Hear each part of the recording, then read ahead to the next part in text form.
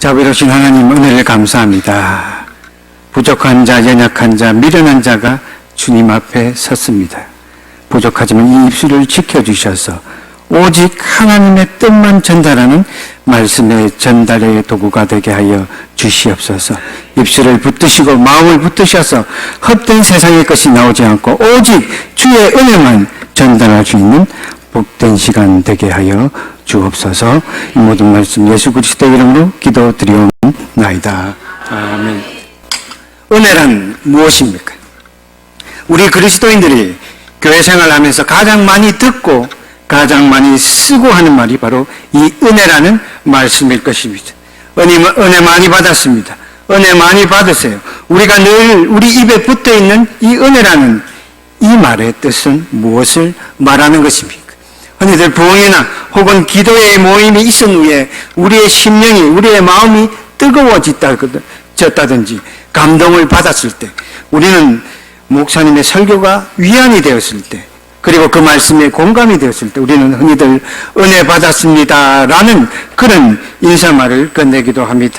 또한 우리의 삶에서 좋은 일이 일어났거나 우리가 원하고 우리가 소원하는 그런 결과를 우리가 보았을 때도 우리는 은혜입니다 라는 자찬의 말을 하기도 합니다. 일반적으로 우리가 말하는 이 은혜라는 개념은 대부분 이런 의미로 쓰여지는 것 같습니다. 하지만 가만히 우리가 성경의 말씀을 읽어가다 보면 성경의 말씀 속에서는 이 은혜라는 말을 단순한 인사말이나 우리의 감정의 상태를 가르치는 그런 말로는, 또 우리의 삶의 형편을 표현하는 그런 뜻으로는 사용하고 있지 않다는 것을 우리는 쉽게 발견할 수 있습니다. 그렇다면 이 성경이 말하는 이 은혜란 무엇을 말하고 있는 것입니까? 성경은 하나님이 인간에게 대가 없이 베푸는 사랑을 은혜라고 표현하고 있습니다. 성경에서 은혜라고 사용된 이 헬라어 카리스라는 이 말은 하나님께서 자격 없는 사람에게 베푸시는 그런 호의와 자비와 긍휼을 나타내는 그런 뜻인 것입니다. 그래서 인간에게 은혜를 베푸시는 그런 기뻐하시는 하나님의 모습을 표현하고 있는 그런 말인 것입니다. 사도 바울은 항상 복음, 즉 하나님이 베풀어 주셨던 그 구원의 행위를 은혜로 표현하였습니다. 에베소서 1장 6절과 7절의 말씀을 보면, 이는 그가 사랑하는 자 안에서 우리에게 거저 주시는 바 그 은혜의 영광을 찬송하게 하려는 것이라. 우리는 그리스도 안에서 그 은혜의 풍성함에 따라 그의 피로 말미암아 속량 곧 죄사함을 받았느니라. 에베소서 2장 8절과 9절의 말씀에 보면, 너희는 그 은혜에 의하여 믿음으로 말미암아 구원을 받았으니 이것은 너희에게서 난 것이 아니라 하나님의 선물이라. 행위에서 난 것이 아니니 이는 누구든지 자랑하지 못하게 함이라. 사도행전 20장 24절의 말씀에 보면 사도 바울이 말하고 있는 이 은혜의 의미가 더욱 명확하고 구체적으로 표현되고 있습니다. 내가 달려갈 길과 주 예수께 받은 사명 곧 하나님의 은혜의 복음을 증언하는 일을 마치려 하면은 나의 생명조차 조금도 귀한 것으로 여기지 아니하노라. 바울은 복음, 구원이 곧 하나님이 베푸신 은혜라고 우리에게 말씀하고 있는 것입니다. 다시 말해서 은혜란 우리의 주관적인 경험이나 우리의 주관적인 체험을 말하는 것이 아니라는 것입니다. 우리의 개인적인 감정에 따라 우리의 마음이 뜨거워졌다든지 우리가 위로를 받았다든지 또는 세상에서 우리가 축복을 받았거나 혹은 우리가 소원하고 우리가 바라던 그런 결과를 얻은 것을 은혜라고 말하지 않는다는 것입니다. 물론 이런 것도 하나님께서 우리 연약한 인생들에게 베풀어 주신 그런 은혜의 선물이면 틀림이 없을 것입니다. 그러나 그렇게 이런 것들을 은혜가 아니라고 부정하는 것이 아니라 최소한 성경에서 말하는 이 은혜라는 말은 우리가 받고 우리가 누리는 것을 표현하고 있는 그런 말이 아니라 하나님께서 우리에게 베풀어 주신 그 하나님의 행하심을 은혜라고 표현하고 있다는 것입니다. 은혜란 하나님의 행하심을 표현하는 말씀입니다. 성경이 말하는 은혜의 궁극적인 의미는 우리의 죄에 대한 하나님의 용서함과 구원하심을 가르치고 있는 말이기 때문입니다. 그렇습니다. 은혜란 하나님의 구원의 능력을 말하는 것입니다. 은혜란 자격 없는 우리에게 거저 주시는 하나님의 선물을 말하고 있는 것입니다. 그러기에 우리가 은혜를 받았다고 하는 이 말은 아무런 자격이 없는 내가 하나님의 사랑 때문에 구원받은 자가 되었다라는 뜻인 것입니다. 그래서 은혜는 복음이요. 그래서 은혜는 곧 기쁜 소식이요. 그래서 은혜는 곧 구원인 것입니다. 사도 바울은 오늘 본문 6장 1절의 말씀에서 하나님의 은혜를 헛된 것으로 받지 말라 우리에게 권면하고 있습니다. 하나님이 베풀어 주신 구원의 은혜를, 구원의 은혜인 이 복음을 헛된 것으로 만들지 말라는 것입니다. 오늘 우리는 이 말씀 앞에서 하나님의 은혜를 헛되이 받는다고 말하는 이것이 무엇을 말하고 있는 것인지 생각해 보아야 할 것입니다. 사도 바울이 지적하고 있는 이 하나님의 은혜를 헛되게 한다는 것이 어떤 의미인지, 우리 그리스도인들의 삶 속에서, 우리의 모습 속에서 어떤 모습을 말하고 있는 것인지 생각해 보아야 한다는 것입니다. 우리가 오늘 읽고 있는 이 고린도 후서의 말씀은 사도 바울이 저 고린도 교인들에게, 저 고린도 교회에게 쓴 서신 편지입니다. 고린도 교회가 있었던 고린도 시는 당시 로마 제국에서 가장 무역이 발달하였던 항구 도시이자 로마 제국에서 세 번째로 큰 대도시였습니다. 지정학적으로 지정의 가장 거점 지역에 위치해 있었기에 지정회를 중심으로 한 로마 제국의 모든 물류가 몰려드는 그런 물류 중심지였습니다. 당연히 세계 각지에서 무역선이 몰려들었고 사람들로 넘쳐났던, 그래서 무역과 상업이 발달한 경제 중심 도시였고, 그래서 경제적으로 풍요로운 도시였기에 늘 문화와 학문의 중심지가 되어졌고, 또 각국에서 모여드는 수많은 여행자와 그 뱃사람들로 인해 오락과 유흥이 발달하고 음주와 음란이 넘쳐났던 당시 로마 제국에서 가장 대표적인 태폐 도시였습니다. 바울은 바로 이곳에 그의 신실한 동력자이자 후원자였던 브리스길라와 아굴라 부부와 함께 교회를 개척하였습니다. 바로 그 교회가 고린도 교회였습니다. 이 고린도 교회는 여러 가지 문제가 많이 있었습니다. 그 중에서 고린도 교회의 가장 심각하였던 문제는 교인들이 파당을 지어서 분열하여 분파를 만든 것입니다. 바울파, 아볼로파, 게바파, 그리스도파로 네 개의 파로 그들은 나뉘어졌습니다. 그들은 세례를 누구에게 받았느냐 하는 것을 따지며 분열하였고, 음식을 나누는 친교 때문에 또한 분열하였습니다. 또 한 가지 그들을 분열하게 만든 것은 아이러니하게도 성령의 은사 때문이었습니다.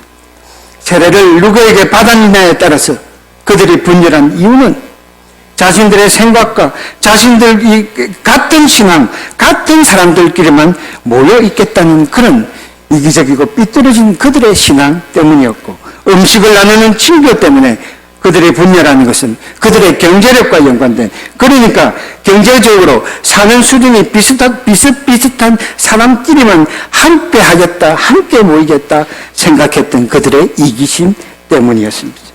또한 성령의 은사 때문에 그들이 분열하였던 것은 성령의 은사를 그들에게 주신 능력으로 오해하여 그것으로 자신을 증명하고 자신을 자랑하는 그런 수단으로 삼았기 때문입니다.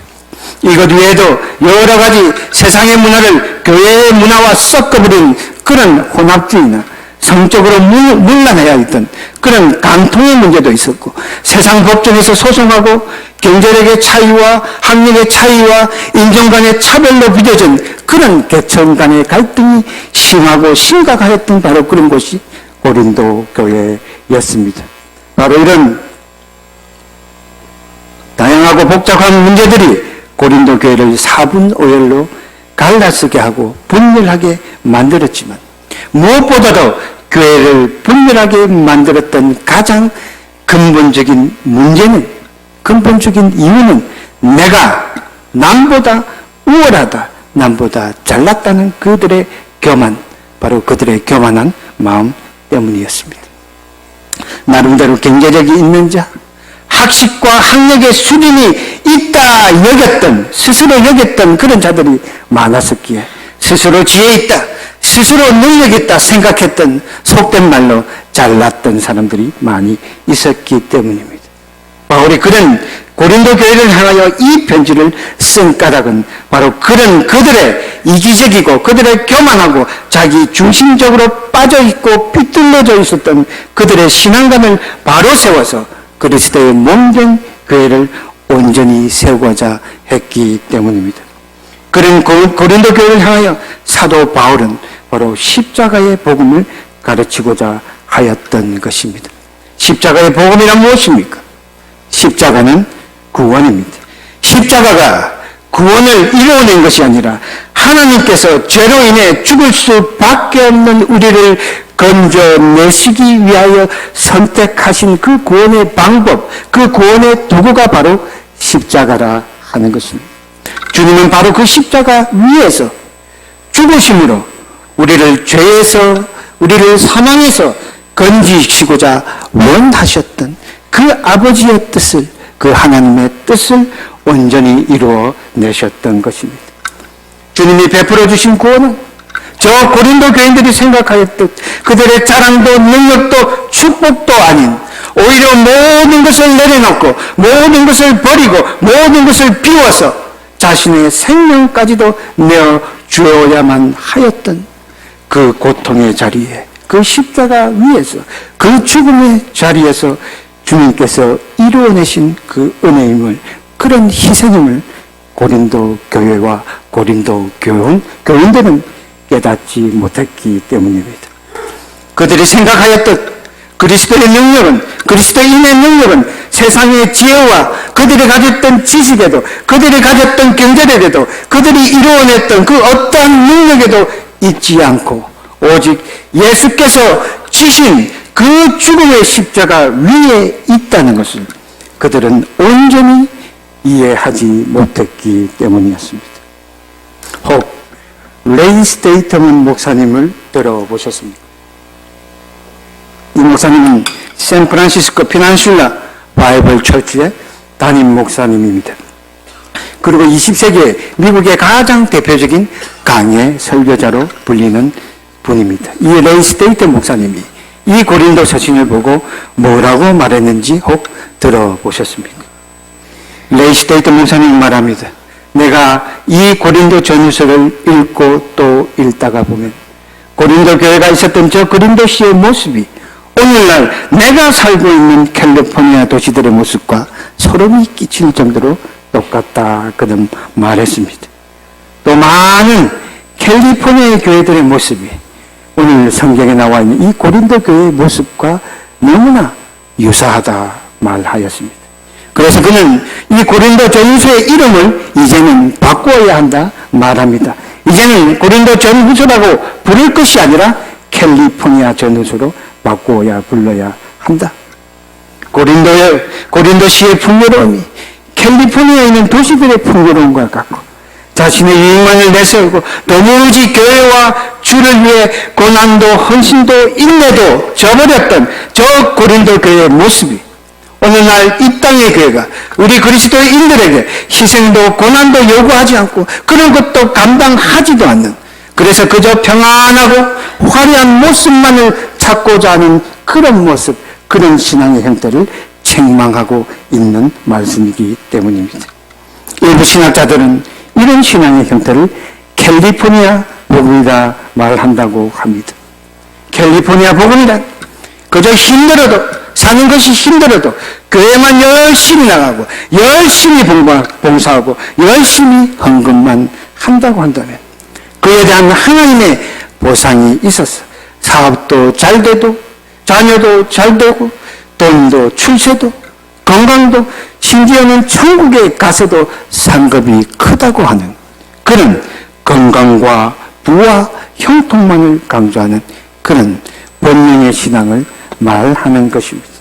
이 땅에서의 물질의 풍요와 생활의 편안함, 그런 것만을 축복이라 그들은 강조하며 그리스도인의 삶과 이 교회 공동체의 삶을 헌신과 사랑과 희생으로 빚어낸 그런 섬김이 아니라 그저 편안하고 자신에게 유익되는 그런 사교적인 교제로, 그런 모임으로 하나님의 교회를, 이 재단을 전락시키고자 한다면, 그렇다고 한다면 우리는 기억해야 할 것입니다. 그런 교인들은 분명 십자가의 복음이 아닌 다른 복음, 병든 복음, 변질된 복음 속에 살아가고 있는 그런 병든 그리스도인을 잊지 말아야 할 것입니다. 혹 교회 생활이 그저 왔다 갔다 하는 교회 생활이 별로 부담이 되지 않으십니까? 그저 주일 예배 한 번 참석하는 것만으로 만족되십니까? 아니면 그런 생활이 일말의 조금의 양심에 끄리낌이 있고 가책이 되어서 내 삶에 부담이 되지 않을 정도로 봉사하고 부담되지 않을 정도로 선교하고 활동하고 참여하고 있는 그런 것만으로 내 신앙생활이 충분하다 생각되어 지십니까?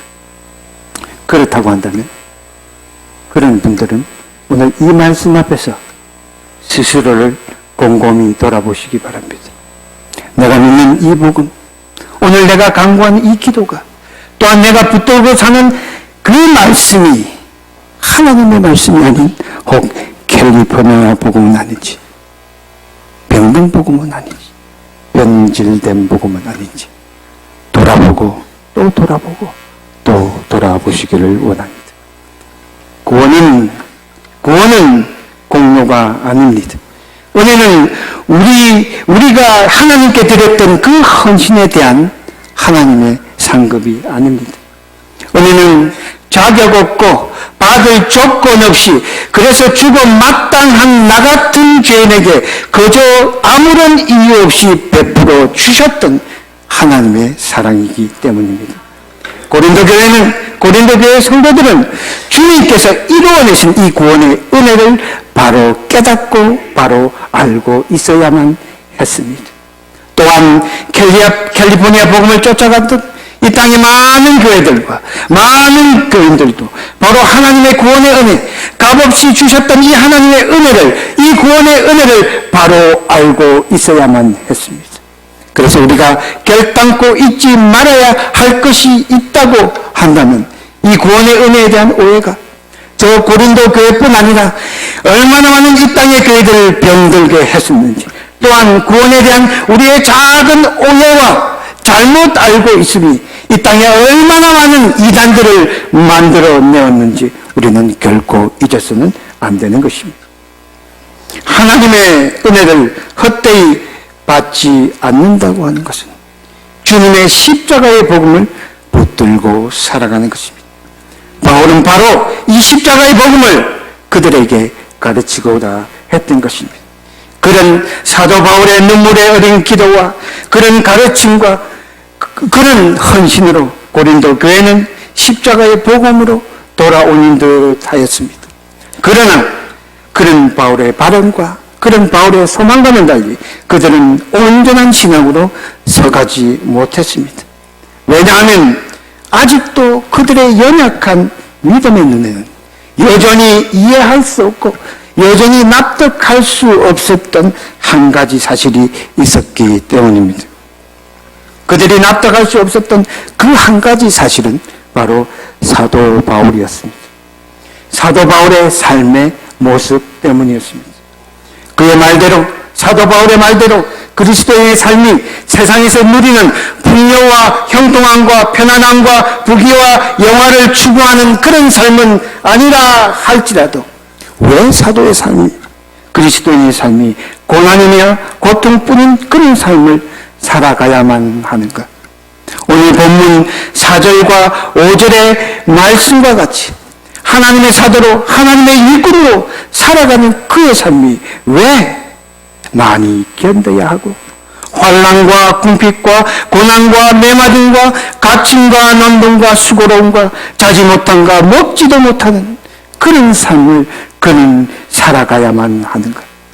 고린도후서 11장 24절과 27절의 말씀에 나오는 그의 고백처럼 내가 수고를 넘치도록 하고 옥에 갇히기도 더 많이 하고 매도 수없이 맞고 여러 번 죽을 뻔하였으니 곧 유대인들에게 40의 가만 하나 가만내를 5번 맞았으며 3번 태장으로 맞고 1번 돌로 맞고 3번 파산하고 일주일을 깊은 바다에서 지냈으며 여러 번 여행하면서 강의 위험과 강도의 위험과 동족의 위험과 이방인의 위험과 시내의 위험과 광야의 위험과 바다의 위험과 거짓 형제 중에 위험을 당하고 또 수고하고 애쓰고 여러 번 자지 못하고 줄이며 목마르고 여러 번 굶고 춥고 헐벗었노라. 바로 이런 사도의 삶이, 바로 이런 사도의 삶의 모습이 그들은 도무지 이해도 납득도 설득도 되지 않았기 때문입니다. 무언가 잘못되어 있는 것은 아닌가?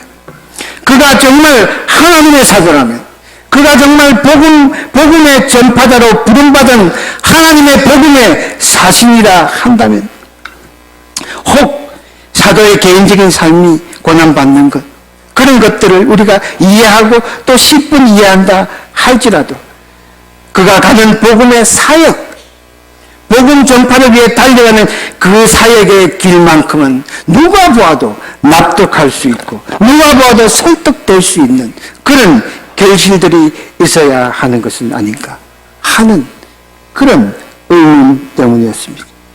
또한 고린도 교회 속에 여전히 속가내지 못하였던 거짓 교사들이 번명복음, 고린도복음, 캘리포니아 복음과 같은 그런 변질된 복음을 덜먹거리며 사도 바울의 삶을 끊임없이 비방하고 조롱하고 흔들어 대었기 때문입니다. 그런 그들에게 그들이 가진 의문과 그들이 가진 질문과 그들이 사도 바울에게 던졌던 비난과 조롱에 대한 대답이 바로 고린도 후서입니다. 바울의 대답이, 그들에게 던졌던 그 대답이 오늘 본문 이 6장의 이 말씀 속에 녹아져 있는 것입니다. 왜 고난입니까? 왜 그들이 비난했던 것처럼, 왜 그들이 조롱했던 것처럼, 오늘 본문 8절과 9절의 말씀처럼 왜 그는 고난 속에서 살아가야만 했습니까? 그래서 때로는 속이는 자로 그는 오해받아야 했고, 자격 없다, 조건 없는 그런 무명인 자로 조롱받아야 했으며, 죽은 자 같이 무시당하며, 징계를 받은 자 같이 멸시당하고, 끊임없는 환난과 핍박 속에서 근심하며 모든 것을 잃어버린, 그래서 아무것도 없는 그런 궁핍하고 가난한 자로 그가 살아가야 했었는지. 우리의 이 질문에 사도 바울은 고린도 후서 6장 3절과 6절의 말씀을 통하여 고백하고 있습니다. 우리가 이 직분이 비방을 받지 않게 하려고 무엇이든지 아무에게도 끄리끼지 않게 하고 오직 모든 일에 하나님의 일꾼으로 자천하여 많이 견디는 것과 환난과 궁핍과 고난과 매맞음과 갇힘과 난동과 수고로움과 자지 못함과 먹지 못함 가운데서도 깨끗함과 지식과 오래 참음과 자비함과 성령의 감화와 거짓없는 사랑과 사도 바울은 말씀하고 있습니다. 그가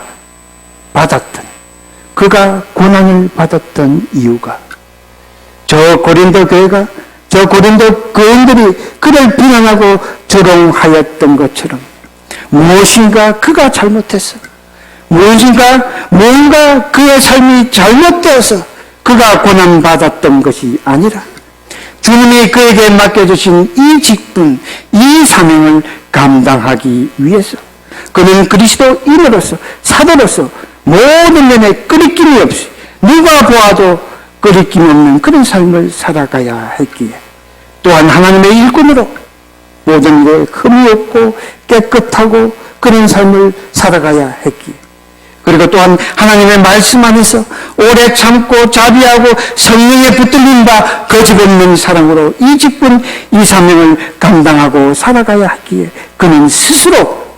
그가 스스로 자천하여 고난의 삶을 선택하였다 고백하고 있는 것입니다. 원치 않는 고난, 피하고 싶은 그런 고난이 아니라 피할 수 있었던 고난, 선택하지 않아도 되었던 고난, 택하지 않아도 감당하지 않아도 되었던 그 고난. 고난이 닥쳐온 것이 아니라 스스로 고난을 자천하여 그 고난 속으로 들어갔다 그는 고백하고 있는 것입니다. 그의 사명이 무엇이길래, 하나님이 그에게 맡기신 그 직분이 무엇이기에 그는 그런 고난의 짐을 짊어져야 했을까? 그냥 편안히, 그냥 쉽게 그런 복음 전파의 사역 길은 없었을까 생각해 보게 됩니다. 그는 우리의 질문에 바울은 그가 짊어진 고난의 이유를 고린도후서 5장 18절과 19절의 말씀을 통하여 우리에게 말씀하고 있습니다. 모든 것이 하나님께로 났으며 그가 그리스도를 말미암아 우리를 자기와 화목하게 하시고 또 우리에게 화목하게 하는 이 직분을 주셨으니 곧 하나님께서 그리스도 안에 계시사 세상을 자기와 화목하게 하시며 그들의 죄를 그들에게 돌리지 아니하시고 화목하게 하는 말씀을 우리에게 부탁하셨느니라. 구원은 화목의 사건입니다. 십자가는 이전에 나를 위해 살던 나, 나의 유익만을 위해 살던 나, 내 죄로 인해 하나님과 원수되었던 그런 우리를 하나님과 화목시킨 화평과 화해의 자리입니다. 자신의 생명을 던져 자신의 죽음으로 이루어내고 만들어낸 그런 희생의 자리, 헌신의 자리, 사랑의 자리이기 때문입니다.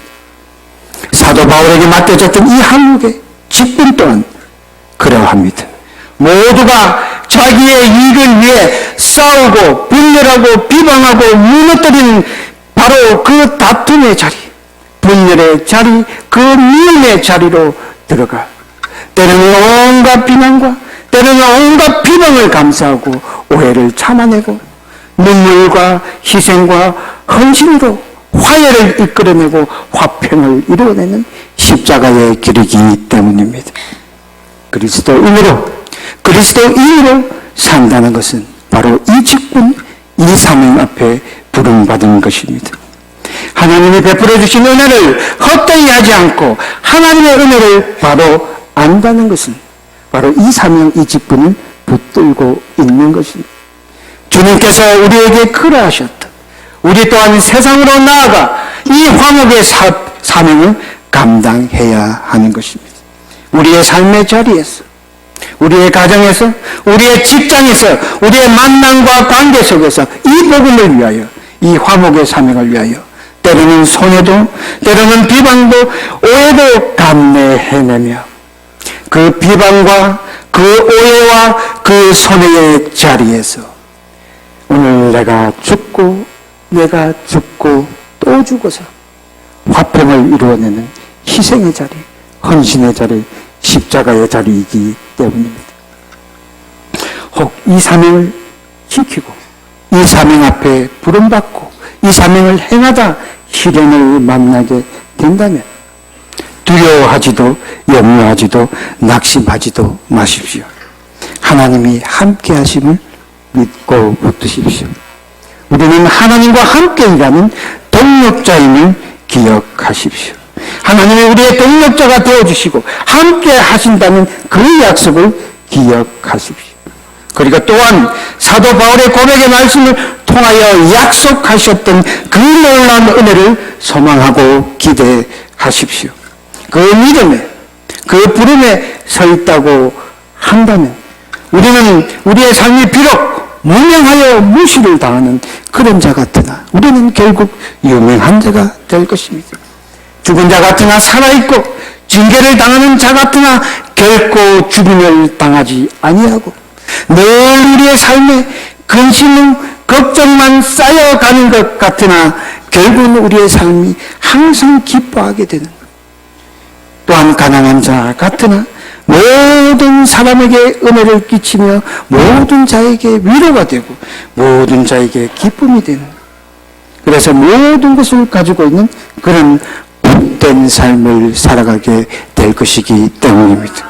그런 믿음과 그런 소망을 품고 썩어져가는 이 세상의 것이 아니라 영원한 하나님의 나라에 소망을 두는 그런 복된 하나님의 백성들로 살아가시기를 주의 이름으로 축원드립니다. 이 시간 함께 기도하기를 원합니다. 이 시간 이 말씀 앞에 우리 자신을 돌아보기를 원합니다. 하나님께서는 우리에게 이 화목의 임무를 주시고 우리에게 화평의 사명을 주셨습니다. 하지만 우리는 살아가면서 이 사명을 감당하지 못할 때가 얼마나 많았는지 오늘 이 시간 우리 스스로를 돌아보기를 원합니다. 하나 되라, 서로 사랑하라 말씀하신 주님의 뜻을 잊고 주님의 명령을 잊고 우리는 서로에게 얼마나 많은 가시 박힌 독한 말을 쏟아내었는지, 때때로 우리가 사역한다고 주의 일을 한다고 하면서도 늘 내가 하는 일이 옳다 배려하고 돌봄 없이 마구 쏟아낸 그 한마디 한마디의 말이 우리 서로에게 얼마나 많은 상처를 주고 얼마나 많이 아프게 했었는지, 늘 상대를 배려하기보다 내 이익만 내 주장만 나만을 위하는 그 이기 때문에 우리는 서로에게 얼마나 많은 상처를 주고 또 서로를 얼마나 미워하게 만들었는지, 아직도 우리의 대결의 상처가, 아직도 우리의 분열의 상처가, 아직도 우리의 믿음의 상처가, 아직도 우리의 삶 속에, 우리의 가정 속에, 우리의 직장 속에, 우리의 교회의 공동체 속에, 우리의 관계 속에 여전히 남아서 아직도 우리 서로를 얼마나 아프게 하고 우리를 분열하게 만들고 서로를 떠나가게 만드는지 돌아보기를 원합니다. 아버지 하나님, 우리의 못남을 용서하여 주시옵소서. 부족한 우리를 십자가의 복음으로 회복시켜 주옵소서. 화목의 집권자로 화평케 하는 참 그리스도인으로 서게 되기를 원합니다. 그래서 분열이 있는 곳에, 그래서 다툼이 있는 곳에, 위로와 사랑이 필요한 그곳에 들어가 내가 주고 화평을 이루고 내가 주고 하나됨을 이루어내는 그런 화평케 하는 하나님의 아들로 그런 복된 삶을 살아가게 하여 주시옵소서. 우리를 구원하시기 위하여 십자가에서 화목의 제물이 되어주신 우리 주 예수 그리스도의 이름으로 간절히 기도드리옵나이다. 아멘.